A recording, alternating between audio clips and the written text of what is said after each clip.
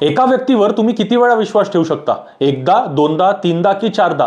केतन अग्रवालने सिया गोयलवर तब्बल 4 वेळा विश्वास ठेवला आणि पोलिसांच्या तपासानुसार सियानेही केतनला संपवण्यासाठी 1-2 नव्हे तर तब्बल 4 प्रयत्न केले. पहिल्या वेळी प्लॅन फसला, दुसऱ्या वेळी नशीब केतनच्या बाजूने उभं राहिलं, तिसऱ्या वेळी तो मृत्यूच्या दारातून परतला, पण चौथ्या वेळी त्याला वाचवायला कोणीच आलं नाही. आज तपास यंत्रणांचा दावा आहे की ही केवळ अचानक घडलेली घटना नव्हती, तर एक पूर्वनियोजित कट होता. आणि सर्वात धक्कादायक बाब म्हणजे जिच्यासोबत लग्न करून आपलं आयुष्य घालवण्याची स्वप्न केतन पाहत होता, त्याच सिया गोयलवर आज त्याच्या हत्येचा आरोप आहे.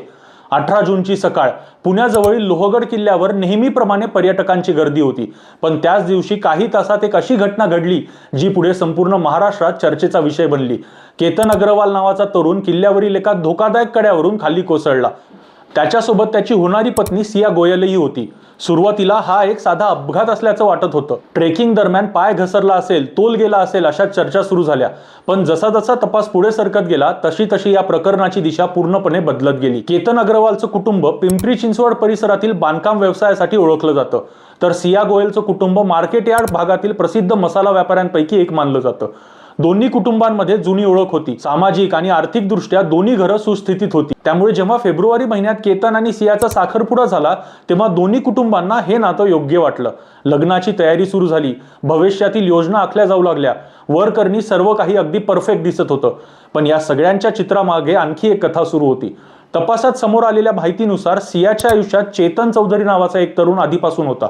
दोघांची ओळख अनेक वर्षांची होती. त्याच ओळखीचं रूपांतर पुढे प्रेम संबंधात झाल्याचा आरोप आहे. विशेष म्हणजे साखरपुडा झाल्यानंतरही या दोघांमध्ये संपर्क सुरूच होता. पुढे पोलिसांनी कॉल रेकॉर्ड्स तपासले तेव्हा एक धक्कादायक बाब समोर आली. अवघ्या काही महिन्यात सिया आणि चेतन यांच्यामध्ये तब्बल 2004 फोन कॉल झाले होते आणि जवळपास 238 तास दोघांचं संभाषण झालं होतं. हा आकडा समोर आल्यानंतर तपास यंत्रणांचं लक्ष या नात्याकडे अधिक गंभीरपणे वळलं. दरम्यान केतनच्या मनातही काही प्रश्न निर्माण होऊ लागले होते. सिया वारंवार छोट्या छोट्या कारणांवरून भांडत होती. तिचा फोन अनेकदा व्यस्त लागत होता. ती संभाषणात सतत चेतनचं नाव घेत असल्याचंही केतनने घरच्यांना सांगितलं होतं. एकदा तर त्याने थेट आपल्या वडिलांनाच विचारलं होतं, तुम्ही तिची पूर्ण चौकशी केली आहे ना? पण घरच्यांनी त्याला समजावलं, जुनी ओळख आहे, गैरसमज असतील, लग्नाआधी अशी भांडणं होत असतात असं सांगून त्याची समजूत काढण्यात आली. कदाचित त्याच वेळी केतनचा संशय अधिक गांभीर्याने घेतला असता तर पुढे घडलेल्या घटना वेगळ्या असत्या असं आज त्याच्या कुटुंबियांना वाटतंय.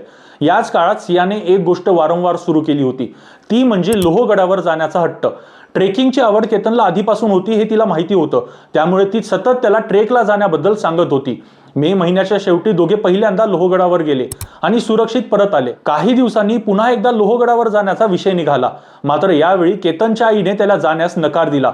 सारखं सारखं काय त्याच किल्ल्यावर जायचं असा प्रश्न तिने विचारला आणि तो प्लॅन रद्द झाला.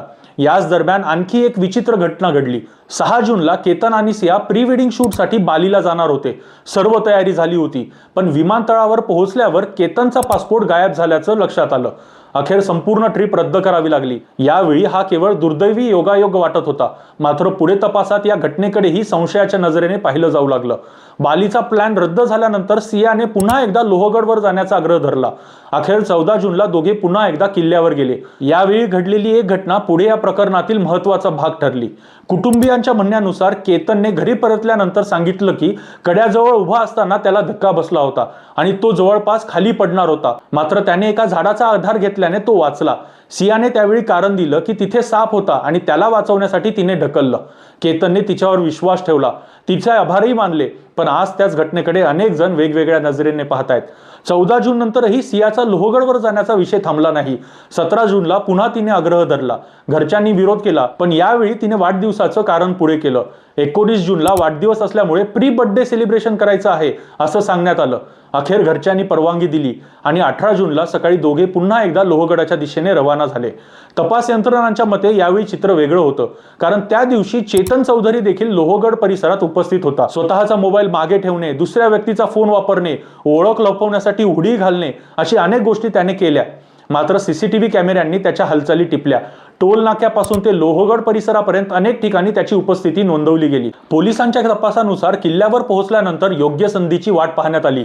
फोटो काढण्याच्या बहाण्याने केतनला कड्याच्या अगदी जवळ नेण्यात आलं. काही क्षणात सगळं संपलं. केतन खोल दरीत कोसळला. त्यानंतर ही घटना अपघात असल्याचं दाखवण्याचा प्रयत्न करण्यात आला. घरच्यांना फोन करण्यात आला. धावपळ सुरू झाली. केतनला रुग्णालयात नेण्यात आलं. मात्र डॉक्टरांनी त्याला मृत घोषित केलं. सुरुवातीला हा एक अपघात वाटत असला तरी तपास जसा जसा पुढे जात होता तसे अनेक धागेदोरे समोर येऊ लागले. कॉल रेकॉर्ड, सीसीटीव्ही फुटेज, लोकेशनचा डेटा, चौकशी दरम्यान मिळालेली माहिती आणि इतर पुराव्यांमुळे संशय अधिक गडद होत गेला.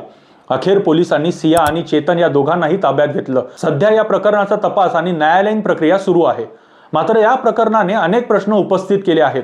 जर एखाद्या व्यक्तीला हे लग्न मान्य नव्हतं तर स्पष्ट नकार का दिला गेला नाही?